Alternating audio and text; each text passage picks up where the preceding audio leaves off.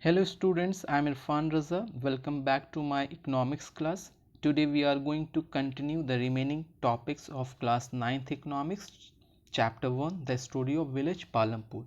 Last time we had completed the third point of the topic, farming in Palampur. Today we are going to begin from the fourth point, that is how is land distributed between the farmers of Palampur, or this can be said distribution of land among farmers. As we learned that land is the first and foremost requirement for production and farming. Unfortunately, not all the people engaged in agriculture possessed land for cultivation. There are 450 families in Palampur, in which 150 families are landless and most of them are Dalits. 240 families have small plots of land less than 2 hectares in size, where cultivation is not profitable. Now what is given in this box? This box tells the story of a farmer named Gobind who possessed 2.25 hectares of unirrigated land. He had 3 sons who helped to cultivate the land, but the yield was not enough. After the death of Gobind, the land was divided among his sons. Now each son has only 0.75% hectare of land, which made their living difficult. You can see the large number of small plots scattered around the village in the picture. So let us move towards the picture. See, this picture reveals the story that we have learnt about Gobind. As earlier Gobind had 2.25 hectares of land, but the same land is further divided into 3 sons, and now each son got only 0.75% hectare. So in this way we've got that small plots, or you can say a large land, is further divided into small plots which are shown in the form of scattered form, and the result is a low production of crops.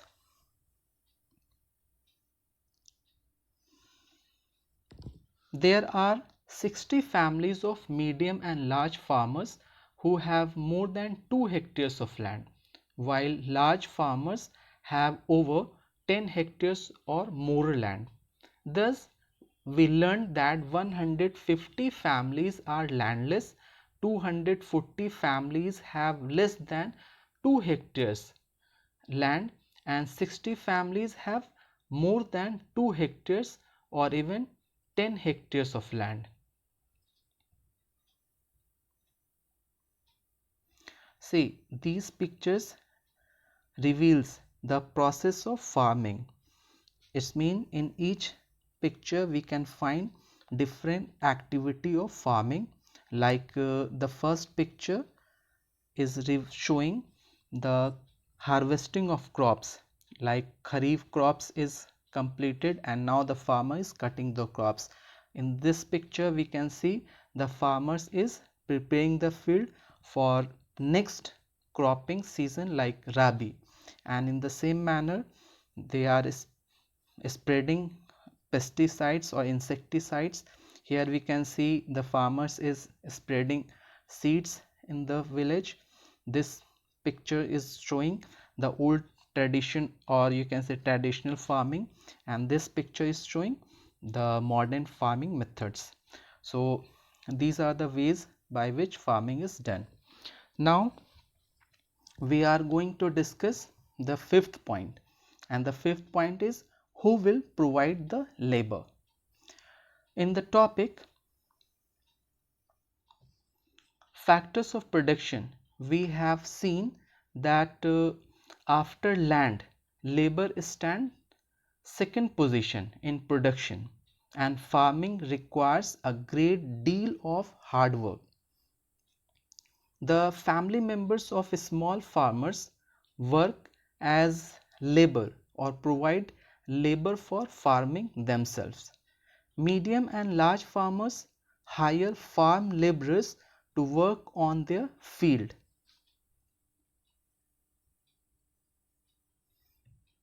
Farm laborers are generally landless or having a small plot of land. They are paid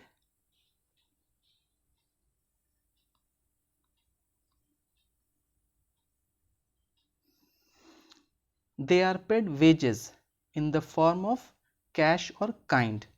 Cash means money and kind means food grains. Sometimes they get food also by the farmers.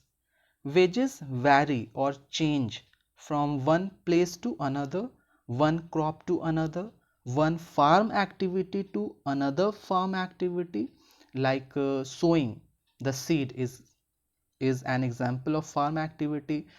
Cultivation, like cutting the crops, is another farm activity. So it's mean that the wages vary according to farm activity. The farm laborers does not have a fixed duration of employment.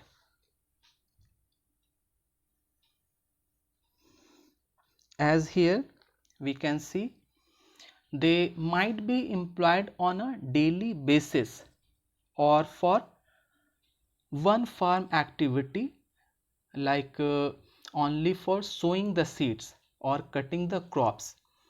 Then they are removed from the job, or they can be employed for the whole year. Here the situation of Dala has been given, who is a landless farm laborer. It means he does not have a regular work. He gets only 160 rupees daily for his work, while the government has fixed 300 rupees per day as a minimum wages for farm laborers. Actually, this data is according to March 2017. In some books of the students, it can be changed. It's mean those students who having old edition of books, so there this can be changed.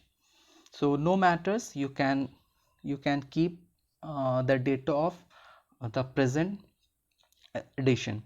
Now the question is, why is it so?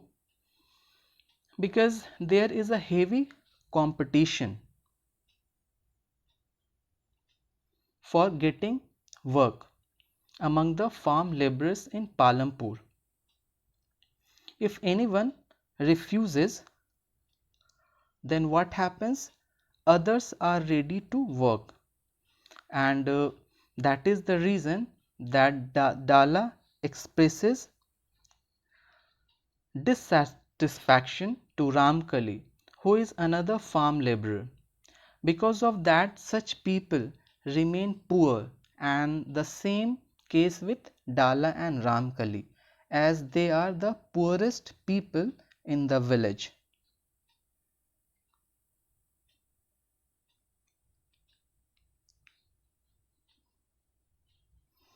Now the next point is the capital needed in farming, that we will discuss in the next video.